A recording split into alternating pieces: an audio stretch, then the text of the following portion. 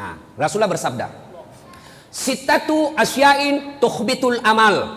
Ada 6 sifat perbuatan yang menghancurkan amal kebaikanmu. Coba, dia makan kita punya kebaikan, dia hancurkan segala kebaikan-kebaikan kita. Ibarat kertas dengan api. Coba lihat itu tadi, begitu disulut api, sekejap habis itu kertas. Begitu juga orang yang punya sifat 6 ini, dia hancurkan amal-amalnya. Siapa yang sudah haji? Coba angkat tangan. Siapa yang sudah umroh? Siapa? Ini, bapak-bapak sudah puasa semua kan? 30 tahun puasa Ramadan tidak ada lepas. Sholatnya di Masjidil Haram, 1 kali sholat di Masjidil Haram, 100.000 kali sholat di sini. Begitu pahalanya, banyaknya luar biasa. Tapi pahala itu semua habis gara-gara 6 sifat ini. Dia makan itu, Pak. Apa itu? Kata Nabi, yang pertama, al-istighalu biuyubil khalq. Suka sekali cari jeleknya orang, nah lupa jeleknya dirinya sendiri. Nah, ini tukang gosip. Penyakitnya ibu-ibu di belakang. Apalagi kalau dia asrama, semua mau gosip. Lewat tetangganya langsung dia, ku tahu gitu nak pakai jilbab, kenapa kak keriting rambutnya. Sudah, orang pakai jilbab dia celah, Pak. Sudah, lewat lagi yang satu, enggak serasi kudungnya, iyo kayak umbul-umbul. 2 sudah dia celah, lewat lagi orang pakai gelang emas, palsu. Kenapa kau tahu? Melengke itu hitam-hitam di gelangnya. Lewat lagi yang satu pakai lipstik, palsu lipstiknya. Kenapa kau tahu? Melengke di giginya. Semua dia celah. Jangankan manusia biasa, Nabi saja dia celah. Menurut Anda, bagaimana pendapatmu tentang Nabi Yusuf? Dia celah juga itu Nabi Yusuf. Ya, sebenarnya baik, cuma sayang hampir tergoda sama Sulaiha. Nabi saja dia celah, Pak. Bagaimana menurutmu Nabi Nuh? Nabi Nuh baik, beriman kepada Allah, tapi sayang anaknya kafir. Coba, semua siapa dia celah, Pak. Orang seperti ini habis amalnya. Maka kata Nabi, beruntung orang yang terlalu sibuk mencari dirinya sendiri, mencari kekurangan dan aib dirinya sendiri, sehingga tidak punya waktu untuk mencari kejelekan orang lain. Itu kita kan terlalu sibuk, Pak, kejelekannya orang. Biasa ibu-ibu bertetangga. Pertama cerita sinetron. Sinetron Dina cerita pertama, Pak. Bagaimana menurutmu itu tadi malam sinetron? Wah, jelek betul sifatnya itu suaminya, kasihannya. Lama-lama kenapa? Seperti tetangga tak. Langsung tetangga jadi korban. Langsung dia bilang, iyo, kasihan dia, setengah mati suaminya, pergi pengajian kiri kanan, istrinya selingkuh.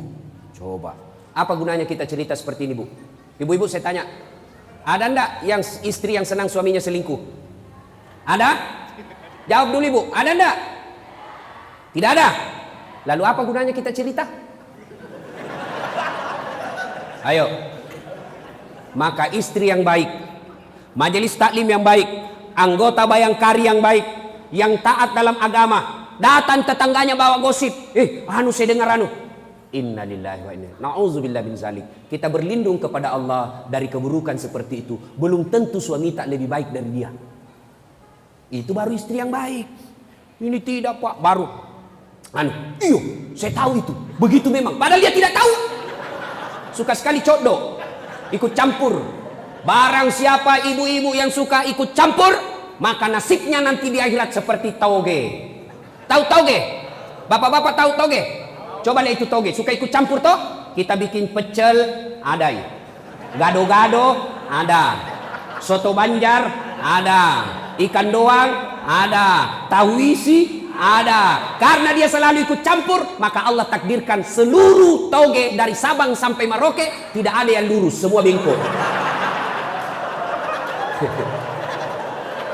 Maka kalau ada ibu-ibu bayangkari di komplek, pagi-pagi gosip, teriaki saja, pagi-pagi toge ini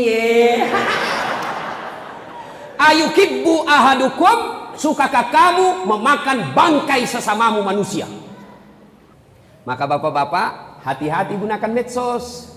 Begitu terima broadcast, baca lihat dulu siapa yang sebarkan. Kalau tidak ada sumbernya, jangan sebarkan, pasti bohong. Sumber itu artinya portalnya, sumber informasinya, sumber linknya jelas. Misalnya Kompas, Detik.com, atau Republika. Itu berarti betul. Kalau dia cuma abal-abal, tidak jelas apa itu sumbernya, jangan. Nanti Bapak sebarkan, sebarkan. Ada orang tersinggung, dilapor, masuk Bapak penjara. Orang jadi anggota DPR, Bapak masuk penjara. Pikir nah lihat. Ini yang tim sukses. Ada tim sukses di sini. Ada tim sukses. Kalau Bapak jadi tim sukses, jadilah tim sukses seperti tim suksesnya Khadijah ketika ingin melamar Muhammad sallallahu alaihi wasallam.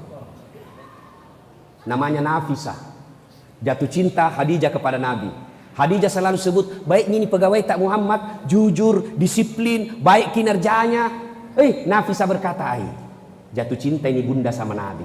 Waktu itu Nabi Muhammad 25 tahun belum jadi Nabi. Akhirnya apa? Nafisah jadi tim sukses yang menjaga kedua belah pihak, menjaga harga diri kedua belah pihak, tidak mempermalukan Khadijah dan tidak mempermalukan Nabi. Dia datang kepada Muhammad.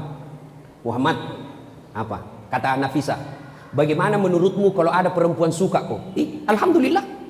Tapi ini perempuan lebih tua dari kamu, tidak jadi masalah. Tapi 2 kali dijanda, tidak jadi masalah. Tapi ini bosmu, tidak jadi masalah. Yang jadi masalah, betulkah dia suka saya? Nah bilang Nafisah, tenang mas bro, saya punya urusan.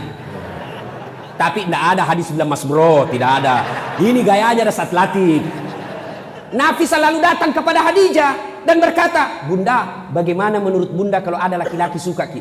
Alhamdulillah, rezeki. Tapi masalahnya, ini laki-laki lebih muda dari kita, tidak jadi masalah.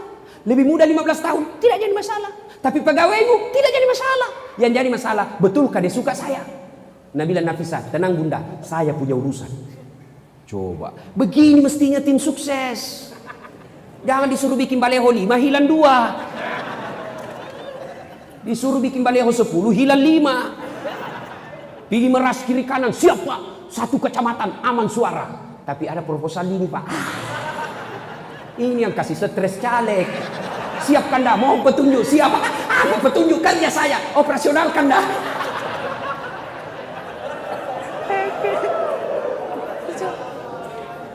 Pak, jangan memeras caleg.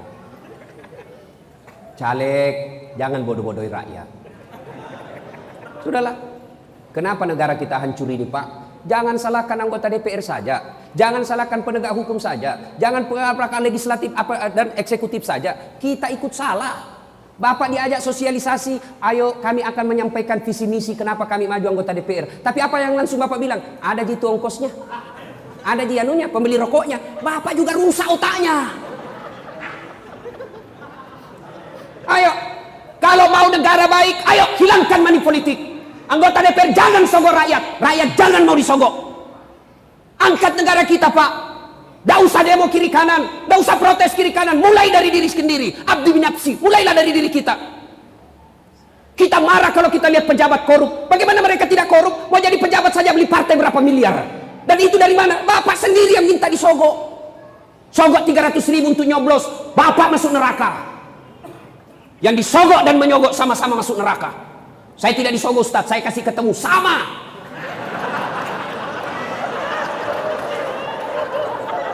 Pak, 2019 17 April, bantu negara kita dengan baik. Dengan cara apa? Jangan mau disogok.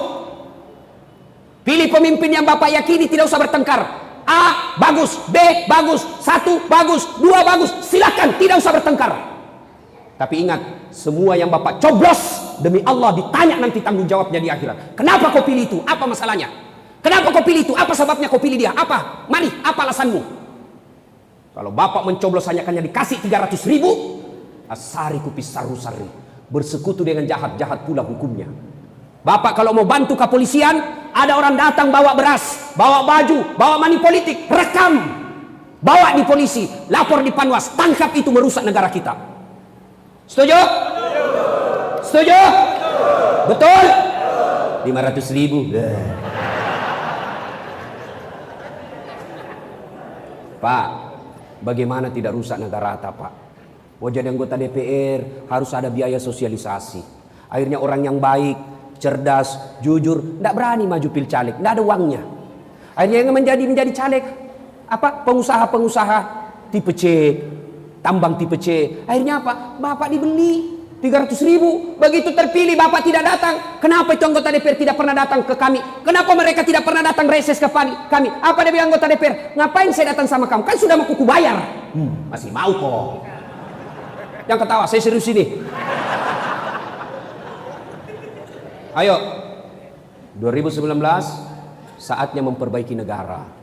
Dengan cara apa? Bapak jangan buta politik, jangan bercerai-berai, jangan berpecah belah.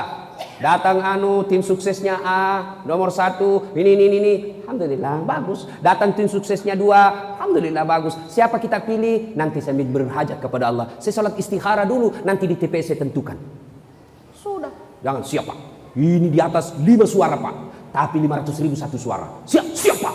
Sudah dikasih 500.000. Begitu pergi TPS ada yang kasih 600.000. Lupa 500.000. Ini yang kasih hancur negara.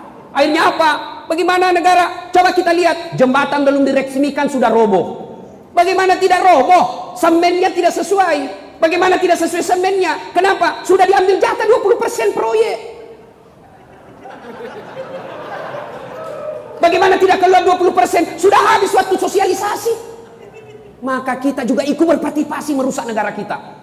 Kontraktor, jangan kasihan ambil uang rakyat. Ada kontraktor di sini? Ada? Biarkan dia kerja proyek. Tapi ketahuilah Pak, semua proyek yang Bapak kerja nanti di akhirat ditanya itu kalkulasinya Pak. Bapak saudara-saudara sekalian, kembali pada pokok persaudaraan. Wa'tasimu bihablillahi jami'an wa la tafarraku. Berpegang teguhlah engkau kepada tali persaudaraan agama Allah dan janganlah bercerai-berai. Saya tanya, Bapak tiap hari makan nasi? Ya?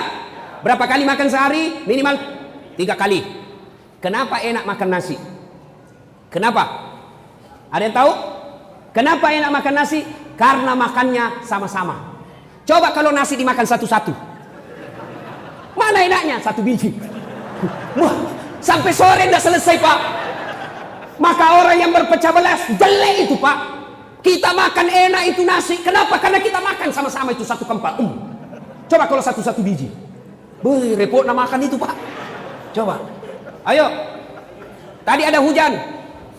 Enak nak hujan? Ditunggu para petani. Kenapa nyaman hujan? Kita berhujan-hujan waktu kecil. Kenapa? Karena turunnya rame-rame. Coba kalau hujan turun satu-satu. Lama baru selesai Pak. Maka tidak ada senang itu yang bercerai-berai Pak. Bersatu kita teguh, bercerai kawin lagi. Ulama mengajarkan umat Islam itu seperti jari ini. Coba lihat jari ini Pak. Kompak, berbeda. Ada kelingking, ada jari manis, ada jari tengah, ada telunjuk, ada jempol. Enak, berbeda fungsi, berbeda tempat, tapi satu tujuan, bekerja menyenangkan apa yang diperintahkan oleh saraf. Kenapa ini hebat? Coba kalau dia bersatu. Jempol jari-jari menyatu. Dia bisa kasih gugur kepalanya orang kalau kau ganggu istriku. Jaga kok kalau kau ganggu istriku, jaga kok. Coba. Kenapa? Karena dia kompak. Kalau dia cuma sendiri Pak, apa yang bisa dikerjain di jari kelingking? Apa bisa dikerja? Apa bisa dikerja? Artinya apa? Orang yang suka bercerai-berai nasibnya seperti cleaning service, seksi pembersihan. Menyatu Pak. Coba, Nabi jelaskan. Orang Islam itu seperti badan ini. Coba lihat badan kita Pak. Tangan kanan sakit, tangan kiri yang selesaikan. Gatal tangan kanan, kiri yang garuk. Gatal tangan kiri, kanan yang garuk. Gatal dua-duanya, kerja sama. Begitu mestinya kita orang yang ada di Liwu. Berbeda fungsi. Coba, kata Nabi, umat itu seperti satu sistem. Satu mobil lah misalnya. Orang Islam itu, orang Luwu itu, Luwu Banggai seperti mobil. Kompak, tidak boleh ada yang merasa lebih hebat. Pak Bupati tidak boleh merasa hebat dari masyarakat. Kenapa? Jadi bupati karena ada rakyat yang pilih. Kenapa? Contoh paling sederhana. Kenapa kita enak ceramah di sini? Bapak-bapak enak duduk. Kenapa? Karena ada yang Bapak lihat ceramah. Saya tidak boleh merasa saya paling jago di sini. Kenapa? Mungkin saya jago karena ada Bapak dengar saya. Coba kalau saya ceramah sendiri tidak ada yang dengar Pak. Orang lewat dia bilang, Pak Kapolres lama itu gila-gila Pak Ustaz. Coba, ini saja sudah jadi contoh. Ada jadi Kapolres, ada jadi bupati, ada kajari, ada ustadz, ada jamaah. Kompak kita Pak, sehingga kita enak di sini. Pak Bupati tidak boleh merasa lebih hebat dari rakyat. Kenapa? Beliau jadi bupati karena ada rakyat yang pilih. Coba kalau tidak ada yang pilih, Pak. Bapak dilantik tidak ada yang pilih. Pasti orang bilang, sakit-sakit kasihan itu. Mengaku nih kasihan bupati. Coba itu enaknya persaudaraan, Pak. Rakyat juga tidak boleh sewenang-wenang sama bupati. Kenapa? Bapak bisa tenang begini karena ada bupati yang mimpin kita. Coba kalau tidak ada bupati di sini, bertengkar semua orang mau jadi bupati, baku tembak. Itulah enaknya. Contoh mobil, tidak boleh ada merasa lebih hebat dari yang lain. Ban, nah bilang ban, saya paling hebat di sini. Kalau tidak ada ini ban, tidak bisa jalan ini mobil. Tersinggung rem. Nah bilang, bajiki bos. Jalan mako paling, tidak pakai rem. Apa? Bapak Kapolres mau naik mobil tidak ada remnya? Mercy Pak, mercy. Bapak naik tidak ada remnya, mana mau Pak? Tersinggung bensin. Nah bilang kau saja yang hebat ban, kau hanya yang hebat rem, saya juga berharga. Kalau tidak ada bensin, mana mobil bisa jalan? Bisa, kalau disuruh dorong sama Kapolsek. Kapolres di atas, Kapolsek mendorong. Nggak enak Pak. Ayo, itu makanya tidak boleh merasa lebih hebat. Di sini Luuk Banggai, ada jadi bupati, ada jadi Kapolres, ada jadi dandim, ada jadi anggota DPR, ada jadi nelayan, ada jadi pengusaha, ada rakyat biasa, jadi guru, ada PNS. Berbeda fungsi, satu tujuan, mengangkat citra dan martabat kabupaten kita. Kalau orang Luuk Banggai ribut, kalau orang Banggai ribut, siapa yang rugi?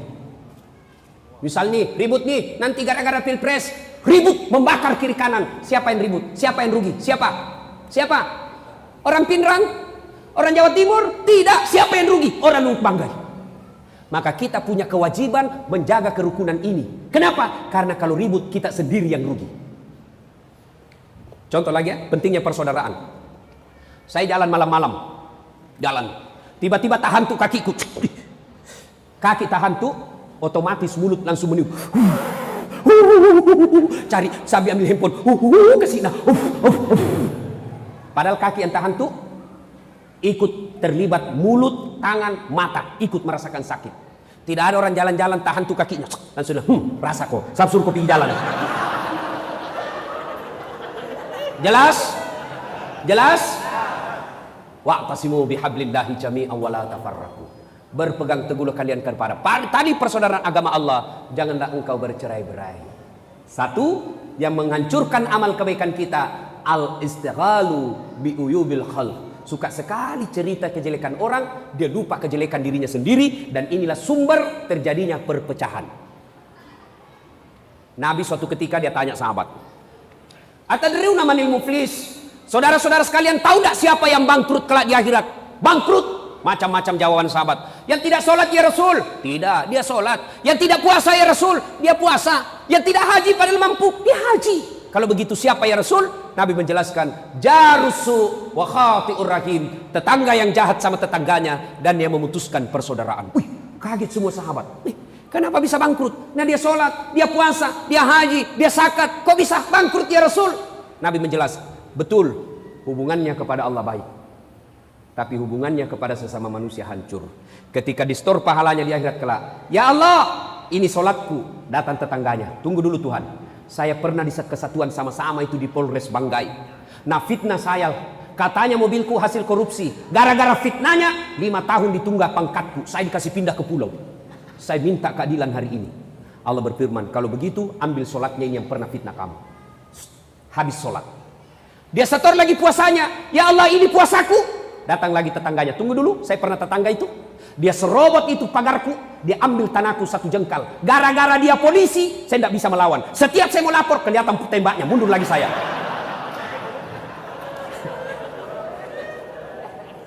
Saya minta keadilan hari ini Allah. Allah berfirman, kalau begitu ambil puasanya. Habis sholat, habis puasa. Datang lagi, dia store lagi, ya Allah ini hajiku. Datang lagi tetangganya, tunggu dulu Tuhan, saya juga pernah difitnah. Katanya anakku yang lurus rambutnya bukan anaknya suamiku, karena suamiku keriting rambutnya. Dia tidak tahu anaknya lurus rambutnya karena sudah direbonding. Gara-gara fitnah. Gara-gara fitnahnya saya tinggalkan kampung. Allah berfirman, ya sudah, ambil hajinya. Habis puasa, habis salat, habis haji. Masih ada orang yang datang. Saya juga pernah disakiti ya Allah. Lalu dia bilang yang tadi banyak amalnya. Tuhan, bagaimana lagi caranya? Nah, sudah habis amalku ini. Dek naga amal aku. Allah berfirman, supaya adil, ambil dosanya orang yang pernah kau sakiti hati. Makanya Nabi pernah jelaskan, andai saja boleh kau memilih dosa, dosa kepada Allah dan dosa kepada sesama manusia, dua dosa jenis ini, maka lebih baik dosa kepada Allah. Kenapa? Taubatnya gampang. Sementara dosa kepada sesama manusia susah taubatnya. Kau harus cari yang bersangkutan.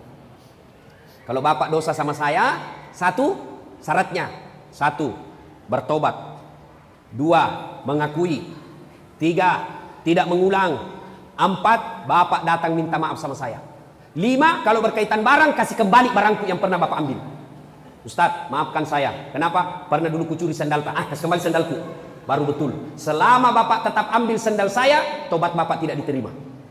Maka pegawai-pegawai yang pernah ngambil uang negara, kasih kembali Pak. Kasih kembali. Termasuk yang ngambil printer di kantor. Jangan ketawa, saya serius ini. Ambil kertas di kantor, anak-anak tulis skripsi, bapak ambil satu rim, kasih kembali itu. Semen, atap kantor, gorden, rumah dinas, kasih kembali. Selama bapak tidak kasih kembali, nanti kalau bapak mati disuruh pikul itu semua yang bapak pernah ambil. Suruh pikul Pak sambil menunggu nama tak diadili. Begitu lewat pegawai tak, kita pikul itu mobil, kursi, kipas angin, kulkas. Lewat pegawai, oh pantas hilang kulkas di kantor. Masolak kau cilaka. Makanya kasih kembali Pak. Ini bahayanya dosa memutuskan persaudaraan. Bapak saudara-saudara sekalian. Yang kedua, karena waktu terbatas, yang menghancurkan amal kebaikan kita, kata Nabi, hubbud dunia, terlalu cinta kepada dunia. Menghalalkan segala cara untuk dapat jabatan, itu cinta dunia. Jadi Kapolres salah, oh boleh Pak. Orang Islam jadi Kapolres kok semua, jadi Kapolda semua, jadi Bintek semua, silakan. Anggota DPR, jadi semua ambil jabatan itu. Tapi yang dilarang adalah menghalalkan segala cara untuk dapat jabatan itu. Anggota kepolisian, bapak mau jadi Kapolsek, tidak usah cari muka sama Kapolres. Bapak sudah punya muka. Ada juga itu cari mukanya sama Kapol komandannya, keterlaluan juga. Siap Pak, siap. Ya, Pak. Siap. Zaman jahiliyah itu bos. Sudah biasa saja. Apalagi Kapolres kita ini Pak, namanya sudah Soleh. Muhammad Soleh, tidak mungkin salah-salah Pak. Dan tidak usah bapak keterlaluan lah cari. Siapa? Iya Pak. Cemen lumen. Sudah. PNS, tidak usah cari muka sama Pak Bupati. Bapak sudah punya muka. Ini juga ada PNS, mau kepala dinas Batena cari menjilat. Biar ada anaknya di situ, ada istrinya, kayak tidak punya harga diri. Iya Pak. Malu dong sama istri dan anak di depan kita kayak tidak punya harga diri. Bapak sebagai kepala rumah tangga, tampilkan bapakmu punya wibawa meskipun depan bupati. Saudara, siapa? Saya kasih contoh. Contoh. Pak, kalau saya bersandar di sini, begitu saya hilang ini sandaran, saya jatuh atau tidak? Jatuh. Saya sandar di dinding jatuh atau tidak? Jatuh. Semua makhluk yang bersandar kepada dunia pasti jatuh. Tapi kalau bapak bersandar ke Polres, Kapolres pindah, bapak jatuh. Bersandar sama bupati hilang jabatannya, bapak jatuh. Bersandar sama Kajari pindah mutasi 2 tahun, hilang lagi sandaran kita. Tapi bapak bersandar kepada Allah, Allah tidak pernah hilang dan Allah abadi selama-lamanya. Coba. Bapak boleh jabatan, hubbud dunia, cinta dunia boleh. Tapi yang dilarang Allah terlalu. Saya bilang Umi Rama, terlalu. Saya ini peminatnya Umi Rama Pak. Kenapa? Lagunya Umi Rama bagus-bagus Pak. Coba lihat lagunya Umi Rama Pak. Berakit-rakit dahulu, berenang-renang ke tepian, sakit-sakit dahulu, susah-susah dahulu, lalu kemudian berbahagia. Laguna pegawai honor.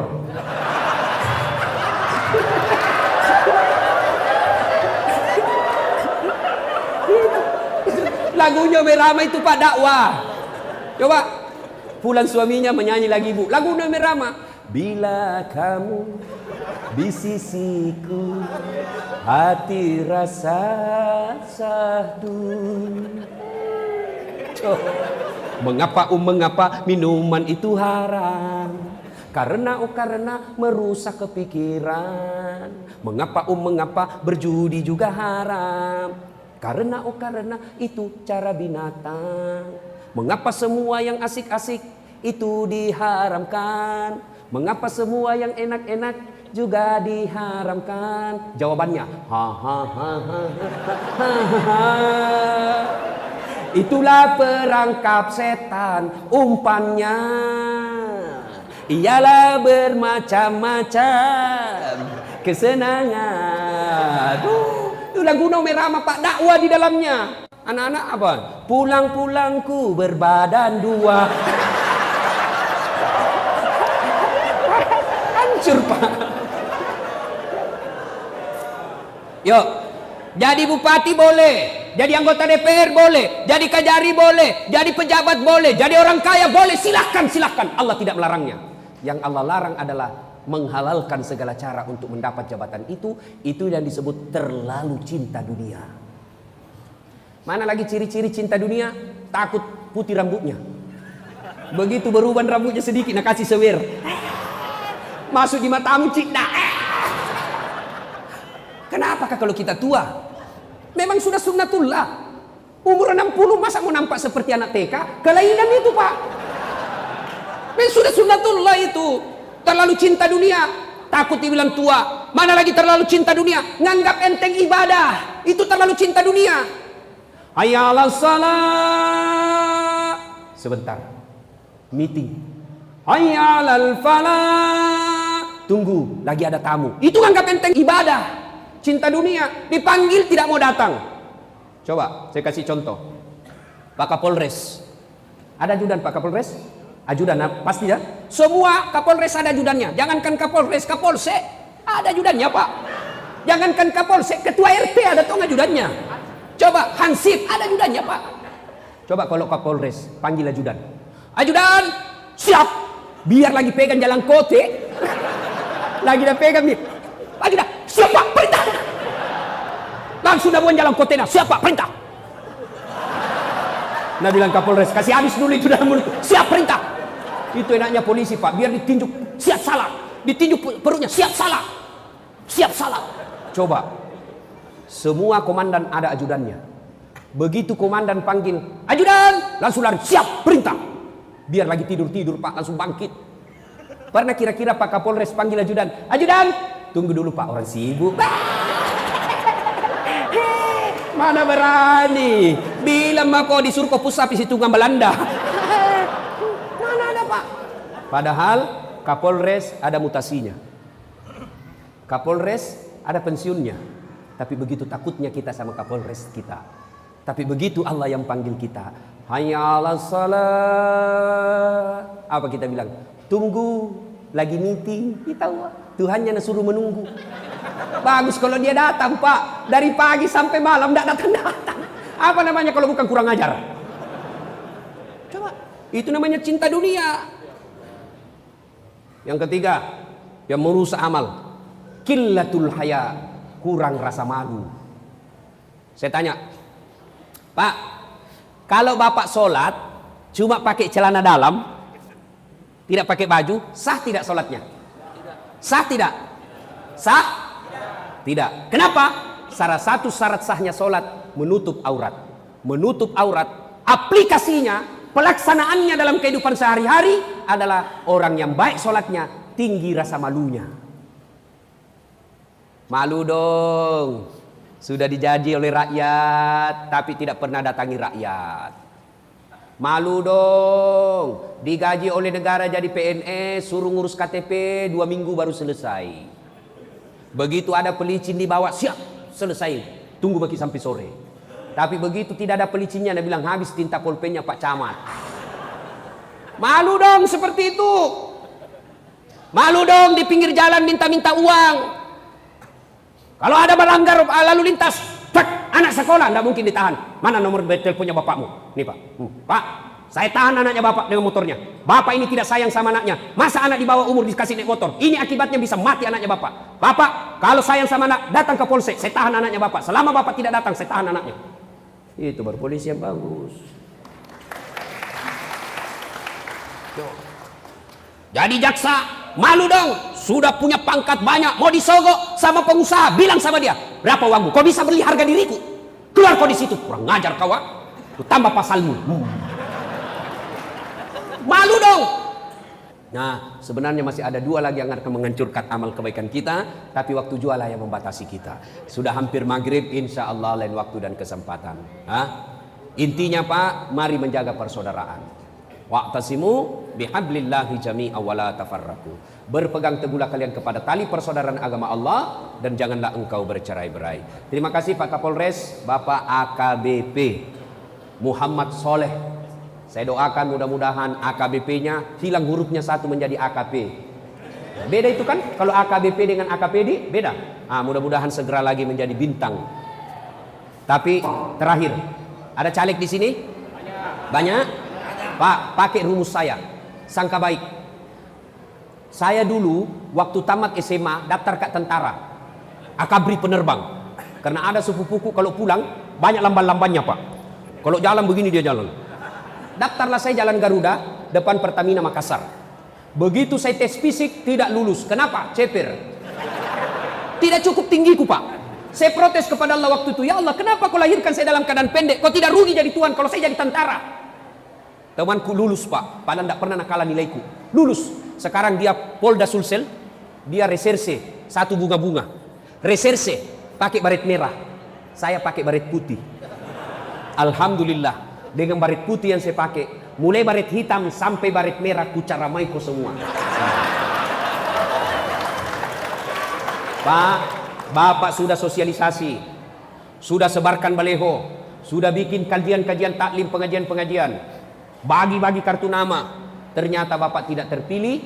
Percayalah, bukan itu yang terbaik buat Bapak. Sangka baiklah kepada Allah. Apa yang Allah kasih, itulah yang terbaik. Dulu saya keberatan, kenapa saya tidak jadi tentara? Alhamdulillah sampai sekarang. Saya jadi ustadz, andai saja dulu saya jadi tentara, sampai sekarang saya masih hormat-hormat, Pak. Siap. Sekarang tentara hormat sama saya. Kenapa? Allah kasih yang terbaik. Bapak jadi anggota DPR, tidak terpilih. Allah tahu kalau Bapak jadi anggota DPR, disita, masuk KPK, ditangkap 1 kantor. Allah tidak mau Bapak ditangkap. Jelas? Inilah tausiah kita, mudah-mudahan ada manfaat. Terima kasih Pak Kapolres, terima kasih Pak Bupati, Pak Kajari. Mudah-mudahan Allah Subhanahu wa taala melimpahkan rahmat dan kasih sayangnya kepada pejabat-pejabat kita sehingga memimpin negeri ini dengan baldatun thayyibatun wa rabbul ghafur. Terima kasih, lebih dan kurangnya mohon dimaafkan. Nun wal kalam ya masrun billahi fi sabilil haq. Assalamualaikum warahmatullahi wabarakatuh.